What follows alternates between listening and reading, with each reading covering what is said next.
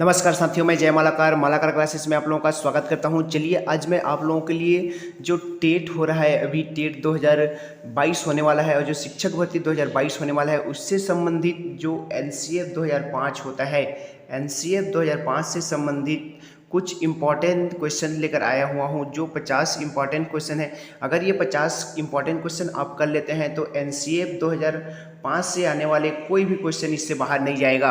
ये one liner facts हैं, मैं वन लाइनर फैक्ट्स आप लोगों के लिए सामने लेकर आया हुआ हूँ।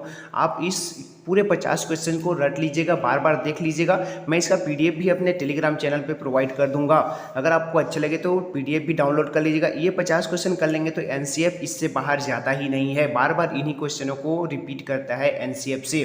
तो आइए स्टार्ट करते हैं। पहला क्वेश्चन देखिए, पहला क्वेश्चन बोला गया है किसकी अध्यक्षता में विद्वानों ने एनसीएफ 2005 तैयार किया। तो इसका उत्तर है प्रोफेसर यशपाल शर्मा, है ना। प्रोफेसर यशपाल जी के अध्यक्षता में एनसीएफ 2005 तैयार किया गया था, याद रख लीजिएगा। अभी जो एनईपी 2020 है उसका भी मैं क्वेश्चन लेकर आऊँगा अगले वीडियो में। एनईपी 20 मतलब नेशनल एजुकेशन पॉलिसी, जो न्यू एजुकेशन पॉलिसी 2020 बना हुआ है उस पर भी क्वेश्चन लेकर आऊँगा। तो देखिए यहाँ पर है प्रोफेसर यशपाल जी के अध्यक्षता में एनसीएफ 2005 तैयार किया गया था, लेकिन एनईपी 2020 किसके अध्यक्षता में तैयार किया गया था, तो उसमें के कस्तूरी रंजन, याद रखिएगा। ठीक है, मैं उसके लिए क्वेश्चंस लेकर आऊँगा आप लोगों के सामने और पीडीएफ भी प्रोवाइड करूँगा आपको अपने टेलीग्राम चैनल पे। क्वेश्चन नंबर 2 देखते हैं। एनसीएफ 2005 का मुख्य सूत्र शिक्षा बिना बोझ के, देखिए शिक्षा बिना बोझ के कब आए हुआ विचार था, है ना। कब किसके ये विचार कब आया था, तो ये आया था 1993 में, है ना। 1993 में आया हुआ विचार था, है ना, शिक्षा बिना बोझ के, एनसीएफ 2005। अगला क्वेश्चन देखते हैं, क्वेश्चन नंबर 3। एनसीएफ 2005 के अंतर्गत परीक्षा सुधारों में किए सुधार को सुझाया गया है। देखिए एनसीएफ 2005 के अंतर्गत परीक्षा सुधारों में की सुधार को सुझाया गया है ना। किस सुधार को है वो, थोड़ा सा टाइपिंग मिस्टेक है। तो देखिए यहाँ पर सामूहिक कार्य मूल्यांकन, सतत मूल्यांकन, खुली पुस्तक की परीक्षा मूल्यांकन, है ना, इसको सुझाया गया है इसमें। ठीक है, इसमें क्या होगा, सामूहिक कार्य या फिर सामूहिक कार्य पे सामूहिक कार्य वाला मूल्यांकन पे, सतत मूल्यांकन पे और खुली पुस्तक की परीक्षा मूल्यांकन पे ज़्यादा मतलब फोकस किया गया है एनसीएफ 2005 में, ऐसे याद रख लीजिएगा। अब देखते हैं क्वेश्चन नंबर 4। विद्यालय शिक्षा का अब तक का नवीनतम राष्ट्रीय दस्तावेज है। देखिए ये जो है विद्यालय शिक्षा का अब तक का क्या है, नवीनतम दस्तावेज है एनसीएफ 2005। अभी एनईपी 2020 आने के बाद ये क्या हो जाएगा, नवीनतम नहीं रह जाएगा, है ना। आगे देखते हैं क्वेश्चन नंबर 5। इस मंत्रालय की पहल पर एनसीएफ 2005 तैयार किया गया था। देखिए किस कौन से मंत्रालय के पहल पर एनसीएफ 2005 तैयार किया गया था, तो ये है एमएचआरडी, मानव संसाधन विकास मंत्रालय, है ना, जिसको पहले एमएचआरडी कहा जाता था। ठीक है, एमएचआरडी के नाम से जाना जाता था, जो जिसका नाम बदलकर अभी इसका मानव संसाधन विकास मंत्रालय का नाम बदलकर अभी इसका नाम शिक्षा मंत्रालय कर दिया गया है, याद रख लीजिएगा। ये भी पूछ सकता है, एमएचआरडी का नाम बदलकर क्या कर दिया गया है, तो शिक्षा मंत्रालय कर दिया गया है इसका नाम। ठीक है, आगे देखते हैं क्वेश्चन नंबर 6। एनसीएफ 2005 में किन शिक्षण सूत्रों के अधिकतम प्रयोग का सुझाव दिया गया है। तो देखिए एनसीएफ 2005 जो है इसमें किस प्रकार के शिक्षण सूत्रों का अधिकतम प्रयोग के लिए सुझाव दिया गया है, तो इसमें हो जाएगा ज्ञात से अज्ञात, मतलब कोई बच्चे को ऐसे पढ़ाओ आप कि उसको जिस चीज़ को ज्ञात हो, है ना, उसका उदाहरण लेकर अज्ञात क्यों लेना है। मूर्त से अमूर्त, मूर्त किसको बोलते हैं, अमूर्त किसको बोलते हैं। मूर्त मतलब जिस चीज़ से बच्चा परिचित हो वो मूर्त होगा। और जैसे बच्चे को 3-4 कंकड़ दिखा देंगे और बोलोगे बेटा ये कितना है गिन के दिखाओ, तो कंकड़ से परिचित होगा, कंकड़ को गिन लेगा, ये 4 है बोल के, फिर उसको 4 का संकेत दिखाएंगे कि 4 को ऐसे हम लिखते हैं। तो ये 4 जो लिखे हैं, है ना, ये अमूर्त है, और उसको जो ये कंकड़ के माध्यम से समझाए वो क्या है, मूर्त है। ठीक है, आगे देखते हैं क्वेश्चन नंबर 7। एनसीएफ 2005 के अनुसार मार्गदर्शक सिद्धांत में निहित है। देखिए मार्गदर्शक सिद्धांत में क्या निहित है उसको बताना है। तो ये है ज्ञान को स्कूल के बाहर जीवन से जोड़ता है ना, बाहरी जीवन से जोड़ता है, ये याद रख लीजिएगा। एनसीएफ 2005 में किस पे ज़्यादा जोर दिया गया है, तो ज्ञान को स्कूल के बाहरी जीवन से जोड़ना। ठीक है, एनसीएफ 2005 का मुख्य सूत्र है, एनसीएफ 2005 का मुख्य सूत्र क्या है ना, लर्निंग विदाउट बर्डन, है ना, बिना भार के अधिगम या फिर बिना भार के सीखना, बिना भार के पढ़ना, बिना भार के स्टडी करना, इस पे ज़्यादा बल देता है कौन, एनसीएफ 2005। आगे देखते हैं एनसीएफ 2005 का प्रारंभ रविंद्रनाथ टैगोर के किस निबंध से है। ये मोस्ट इंपॉर्टेंट लगा लीजिएगा, यहाँ पे ये कई बार रिपीट हुआ है। एनसीएफ 2005 जो रविंद्रनाथ टैगोर जी द्वारा रचित सभ्यता और प्रगति नामक क्या है, निबंध से उद्धृत है ना। ये भी पूछता है कि एनसीएफ 2005 में सभ्यता और प्रगति नामक निबंध किनके द्वारा लिखा गया है, संबंधित किससे है बोलेगा तो ये रविंद्रनाथ टैगोर से है, याद रख लीजिएगा। क्वेश्चन नंबर 10, एनसीएफ 2005 के अध्याय विद्यालय एवं कक्षा का वातावरण में बताया गया है। देखिए एनसीएफ 2005 के अध्याय में है ना, विद्यालय एवं कक्षा का वातावरण कैसा होना चाहिए, तो इसमें देखिए कैसा होगा, वातावरण के भौतिक और मनोवैज्ञानिक आयाम अधिगम को कैसे प्रभावित करते हैं, इस पर फोकस किया गया है। देखिए वातावरण के भौतिक एवं मनोवैज्ञानिक आयाम, अधिगम मतलब सीखने की प्रक्रिया को कैसे प्रभावित करते हैं, इसको याद रख लीजिएगा। आगे देखते हैं क्वेश्चन नंबर 11, करिकुलम किस भाषा का शब्द है। देखिए करिकुलम हम लोग उपयोग करते रहते हैं, लेकिन हमें पता नहीं है कि वो कौन से भाषा का शब्द है। करिकुलम है लेटिन भाषा का, इसको याद रख लीजिएगा, ये भी मोस्ट इंपॉर्टेंट क्वेश्चन है। ये लेटिन भाषा का क्या है, शब्द है करिकुलम। सामाजिक अध्ययन शिक्षण का राष्ट्रीय पाठ्यक्रम कब बनाया गया। देखिए सामाजिक अध्ययन का जो शिक्षण का राष्ट्रीय पाठ्यक्रम है वो 2005 में बनाया गया है, जिसको एनसीएफ 2005 कहा जाता है। एनसीएफ 2005 की कार्यशाला कहाँ पर आयोजित की गई थी। देखिए एनसीएफ 2005 की जो कार्यशाला हुई थी उसको कहाँ पर आयोजित किया गया था, तो इसको एनसीईआरटी नई दिल्ली में आयोजित किया गया था, ठीक है। आगे देखते हैं एनसीएफ 2005 में बल दिया गया है, किस पर बल दिया गया है, शांति के लिए शिक्षा पर इसमें अधिक बल दिया गया है, शांति के लिए शिक्षा पर इसमें बल दिया गया है, ये इंपॉर्टेंट क्वेश्चन है, ठीक है। एनसीएफ 2005 में बताया गया है कि सपनों के भारत को धरातल पर उतारने की युक्ति है ना, जो सपने की भारत है उसको धरातल पर यानी प्रकृति रूप पर लाने की जो व्यवस्था है उसको बताया गया, मतलब कैसे करेंगे ये, हमारे सपनों के भारत को धरातल पर कैसे लाएंगे उसको बताया गया है। यशपाल शर्मा समिति में कुल कितने सदस्य थे। देखिए जो एनसीएफ 2005 किनकी अध्यक्षता में बनाया गया है, तो यशपाल शर्मा जी की अध्यक्षता में बनाया गया है। उसमें कितने लोग थे कुल, तो उसमें 38 लोग थे, याद रख लीजिएगा। यशपाल शर्मा की अध्यक्षता वाली ग्रुप में 38 लोगों ने इसमें अपनी राय दिया था, तब जाके एनसीएफ 2005 तैयार हुआ था। एनसीएफ 2005 के अनुसार सीखना है, सीखना क्या है, मानसिक विकास, शिल्पकला केंद्र एवं व्यावसायिक ज्ञान है। देखिए एनसीएफ 2005 के अनुसार सीखना क्या है, मानसिक विकास, शिल्पकला केंद्र एवं व्यावसायिक ज्ञान होता है। एनसीएफ 2005 में किस परीक्षा के संबंध में सुधार के लिए सुझाव दिया गया है। तो देखिए एनसीएफ 2005 में सुझाव किसके लिए, सुधार के लिए सुझाव दिया गया है, तो कक्षा 10वीं की परीक्षा ऐच्छिक हो, है ना, ऐच्छिक हो, इस पर ज़्यादा बल दिया गया है, याद रख लीजिएगा। कक्षा 10वीं की परीक्षा कैसा हो, ऐच्छिक हो। पाठ्यक्रम निर्माण की आवश्यकता क्यों है, पाठ्यक्रम निर्माण की आवश्यकता क्यों हुई, तो शिक्षा के उद्देश्यों की प्राप्ति के लिए, है ना, शिक्षा के उद्देश्यों की प्राप्ति के लिए पाठ्यक्रम निर्माण की आवश्यकता हुई। एनसीएफ 2005 का भाषा फार्मूला है, कितने भाषा पे है, तो ये त्रिभाषीय फार्मूला है, ठीक है। त्रिभाषीय फार्मूला पर ज़्यादा बल दिया गया था, कौन, तो एनसीएफ 2005 को त्रिभाषीय फार्मूला, है ना, मातृभाषा हिंदी और इंग्लिश पे ज़्यादा बल दिया गया था। भाषा एनसीएफ 2005 का भाषा फार्मूला है। देखिए तो ये त्रिभाषीय फार्मूला वही हो गया, ठीक है। आगे देखते हैं क्वेश्चन नंबर 21, प्रथम भाषा, द्वितीय भाषा एवं तृतीय भाषा है। देखिए प्रथम भाषा क्या होगा, इसमें क्रमशः देखिए प्रथम भाषा हिंदी, है ना, राष्ट्रीय भाषा, राज्य की भाषा, और द्वितीय भाषा अंग्रेजी जो अंतर्राष्ट्रीय भाषा होगा, और तृतीय भाषा स्थानीय भाषा जो पंजाबी, संस्कृत, तमिल होगा वो स्थानीय भाषा, ठीक है। इन तीनों भाषाओं पर ज़्यादा बल दिया गया था एनसीएफ 2005 पे, ठीक है। एनसीएफ 2005 की सुझाव दिया गया कि सूचना को क्या मानने से बचा जाए, है ना, तो इसको क्या मानने से बचा जाए, तो इसको ज्ञान, है ना, ठीक है, आंसर हो जाएगा इसका ज्ञान। आगे देखते हैं क्वेश्चन नंबर 23, एनसीएफ 2005 के अनुसार बच्चों की गलतियां क्यों महत्वपूर्ण है। देखिए बच्चों की गलतियां को महत्वपूर्ण बताया है कौन, एनसीएफ 2005 बच्चों की गलतियों को भी महत्वपूर्ण बताया है। तो क्यों, यह समाधान को पहचानने में सहायता करती है। बच्चे जब तक गलती नहीं करेंगे वो समाधान नहीं ढूंढ पाएंगे, इसलिए गलतियों को भी क्या बताया गया है, महत्वपूर्ण बताया गया है। शिक्षा बिना बोझ के, देखिए एनसीएफ 2005 का जो बात है वो क्या है, शिक्षा बिना बोझ के का प्रमुख स्रोत है।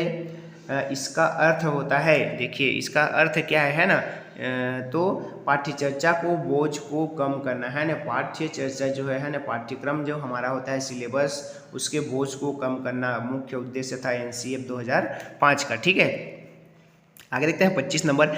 एनसीएफ 2005 सिफारिश करता है कि प्राथमिक स्तर पर गणित की शिक्षा का केंद्र होना चाहिए। गणित की शिक्षा का केंद्र क्या होना चाहिए, कक्षा में पढ़ाए गए टॉपिक्स को विद्यार्थी के दैनिक जीवन से जोड़ना। देखिए दैनिक जीवन से जोड़ना ही क्या बताता है, 2005 उसकी सिफारिश करता है गणित पे। ठीक है, गणित ऐसा हो कि उसको बच्चे दैनिक जीवन से जोड़ सके। एनसीएफ 2005 में गणित शिक्षण के बारे में बताया गया है कि गणित शिक्षण महत्वाकांक्षी, सुगमता और महत्वपूर्ण होना चाहिए। यहाँ महत्वाकांक्षी का मतलब क्या है उसको बताना है, गणित के उच्च उद्देश्य की प्राप्ति। महत्वाकांक्षी मतलब गणित के उच्च उद्देश्य की प्राप्ति से है यहाँ पर। ठीक है, एनसीएफ 2005 में गणित की लंबी आकृति का मतलब है। देखिए एनसीएफ 2005 में गणित की लंबी आकृति, जो लंबी आकृति, उसका मतलब क्या है, एकता, संकल्पना एवं दूरी की संकल्पना बनाना है। इसकी लंबी आकृति इसी को प्रदर्शित करता है, एकता और संकल्पना और उसकी दूरी संकल्पना को। एनसीएफ 2005 बल देती है किस पर, तो करके सीखने पर, है ना, प्रैक्टिकल नॉलेज पर ज़्यादा बल देता है कौन, एनसीएफ 2005 प्रैक्टिकल नॉलेज पर ज़्यादा बल देता है 2005 एनसीएफ 2005 में कला शिक्षा को विद्यालय में जोड़ने का उद्देश्य है। कला शिक्षा को विद्यालय में क्यों जोड़ा गया है एनसीएफ 2005 के माध्यम से, तो इसमें सांस्कृतिक विरासत की प्रशंसा करना एवं छात्रों के व्यक्तित्व और मानसिक स्वास्थ्य को विकसित करना इसका मुख्य उद्देश्य है एनसीएफ 2005 में कला शिक्षा का। एनसीएफ 2005 में गुणवत्ता आयाम शीर्ष के अंतर्गत महत्व दिया गया है। किस पर ज़्यादा बल दिया गया है, तो बालकों के लिए संरचित अनुभव एवं पाठ्यक्रम सुधार पर अधिक बल दिया गया है। किसमें, एनसीएफ 2005 के गुणवत्ता आयाम पे। एनसीएफ 2005 में सामाजिक अध्ययन में कौन से मुद्दों को शामिल करने की अनुशंसा की गई है। एनसीएफ 2005 में सामाजिक मुद्दों के अध्ययन में कौन से मुद्दे को अनुशंसा की गई है, तो सभी स्तर के विद्यार्थियों के लैंगिक एवं स्वास्थ्य संबंधित मुद्दे पर अधिक बल दिया गया है। आगे देख सकते हैं एनसीएफ क्वेश्चन नंबर 32, एनसीएफ 2005 की 5 मार्गदर्शक सिद्धांत कौन कौन से हैं। तो देखिए 5 मार्गदर्शक सिद्धांत कौन कौन से हैं, इसको मोस्ट इंपॉर्टेंट क्वेश्चन लगा लीजिएगा, पांचों को रट लीजिएगा। मार्गदर्शक सिद्धांत पहला है ज्ञान को विद्यालय के बाहरी जीवन से जोड़ना। दूसरा, पढ़ाई रटन प्रणाली से मुक्त हो, रटने वाली प्रक्रिया पूर्णतः बंद करना होगा या फिर बंद किया गया। किसमें, एनसीएफ 2005 के माध्यम से। पाठ्य चर्चा का इस तरह का समर्थन होगी, वह बच्चों को चहुमुखी विकास मुहैया कराना है। पाठ्य चर्चा का समर्थन कैसा होगा कि वह चहुमुखी विकास करा सके बच्चों का, है ना। परीक्षा को अपेक्षाकृत अधिक लचीला बनाना और कक्षा को गतिविधियों से जोड़ना। गतिविधियों के माध्यम से लचीला बनाना पाठ को, मतलब आसान भाषा में उनको समझाना, है ना, जिस भाषा में वे समझते हैं बच्चे उसी भाषा में समझाना। गतिविधियों के माध्यम से समझाना, जैसे खेल खेल के माध्यम से समझाना, बहुत सारे गतिविधि के माध्यम से उनको समझाना, इस पर ज़्यादा बल देता है एनसीएफ 2005। पाँचवा नंबर है एक ऐसी अधिभावी पहचान का विकास जिससे प्रजातांत्रिक राज्य व्यवस्था के अंतर्गत राष्ट्रीय चिंतन समाहित हो। इन पांचों पर ज़्यादा बल देता है कौन, एनसीएफ 2005। राष्ट्रीय पाठ्य चर्चा की रूपरेखा 2005 के अनुसार बच्चों की प्राथमिक स्तर पर भाषा का माध्यम होना चाहिए। भाषा का माध्यम क्या होना चाहिए, तो देखिए मातृभाषा होना चाहिए, है ना। 3 भाषा जिसमें बताया गया, हिंदी, आपका हिंदी, इंग्लिश और मातृभाषा। ठीक है, तो देखिए 2005 में सब प्राथमिक स्तर के बच्चों पे ज़्यादा बल दिया गया है, किस पे, मातृभाषा पे। ठीक है, राष्ट्रीय पाठ्य चर्चा की रूपरेखा 2005 के अनुसार कक्षा में एक शिक्षक की भूमिका कैसी होनी चाहिए। 2005 के अनुसार शिक्षक की भूमिका कक्षा में कैसी होनी चाहिए, तो वह उत्प्रेरक के रूप में हो, है ना, मोटिवेटर, मोटिवेट करने वाले हो, बच्चों को मोटिवेट करे आगे कुछ करने के लिए, जुनून जगाए, उनमें जोश पैदा करने वाला होना चाहिए, उत्प्रेरक होना चाहिए, ठीक है, उत्तेजना जागृत करे बच्चों के मन में। राष्ट्रीय पाठ्य चर्चा की रूपरेखा 2005 के अनुसार बच्चों के आकलन का सही तरीका है, कैसा है, तो दैनिक गतिविधियां, बच्चे किस तरह से गतिविधि करते हैं, बच्चे किस तरह के आपके टास्क को कंप्लीट करते हैं, उन सभी का अवलोकन करना ही सही आकलन होगा। कला विषय को स्कूली शिक्षा के किस स्तर पर शामिल किया जाने का बल देना चाहिए, है ना, तो ये एनसीईआरटी 2005 बताता है प्राथमिक स्तर, पूर्व माध्यमिक स्तर एवं उच्च माध्यमिक स्तर, है ना, सभी स्तर पर इसको कला को मुख्यतः लागू करने के लिए बल देता है कौन, एनसीईआरटी 2005। भीड़भाड़ वाली कक्षाओं में किस अध्ययन की बात करनी निरर्थक है। देखिए बहुत ज़्यादा भीड़भाड़ जहाँ पे होती है उसमें कौन सी बात, तो सृजनशीलता, यहाँ पे सृजनशीलता का बात करना निरर्थक है, बताता है कौन, 2005, है ना। भीड़भाड़ वाली कक्षा में आप सृजनशील वाली काम नहीं कर सकते हैं, बोलता है कौन, एनसीईआरटी 2005। राष्ट्रीय पाठ्य चर्चा की रूपरेखा 2005 किस सूझ के आधार पर पाठ्य चर्चा के बोझ को कम करने की बल देती है। देखिए पाठ्य चर्चा की रूपरेखा 2005 है, वह किस पर बल देता है, तो शिक्षा बिना बोझ के, है ना, याद रख लीजिएगा, शिक्षा बिना बोझ के।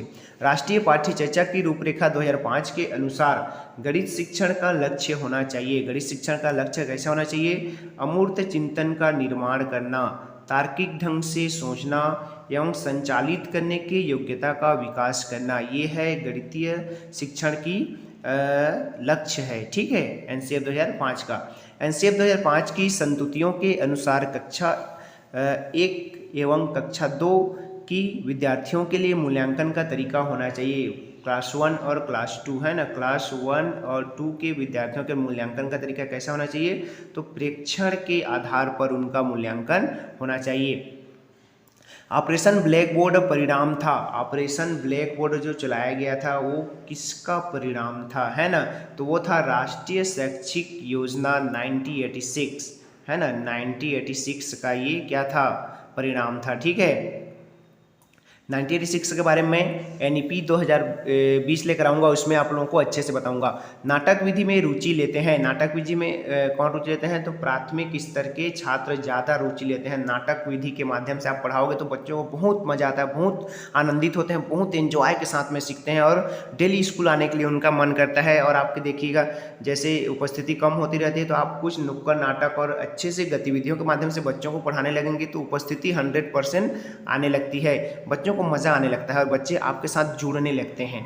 यदि आप कक्षा में रामायण प्रकरण पढ़ाना चाहते हैं तो कौन सी विधि से श्रेष्ठ मानेंगे, है ना, रामायण पढ़ाना चाहते हैं तो रामायण कैसे बताएंगे, तो कहानी विधि से बताएंगे, वही श्रेष्ठ होगा, ठीक है। आगे देखते हैं, पढ़ाते समय चित्र दिखाने में सबसे महत्वपूर्ण लाभ है। पढ़ाते समय चित्र दिखाओगे तो क्या लाभ होगा, तो पाठ को समझने में सहायक होगा। चित्र के माध्यम से आप बच्चों को बता देंगे। जैसे आप बच्चों को बोलेंगे कि बच्चों ये देखिए ये जो मैंने बनाया है ये भारत का नक्शा है, ऐसे कि आप बच्चों को दिखा दोगे तो उनके मन में एक बैठ जाता है कि हाँ ये भारत का नक्शा ऐसा होता है या फिर छत्तीसगढ़ कैसा होता है, ऐसे जो भी आप बता दोगे तो उनके मन में एक अवधारणा बैठ जाता है चित्र के माध्यम से, तो ज़्यादा अच्छी तरीक़ा से समझ में आता है।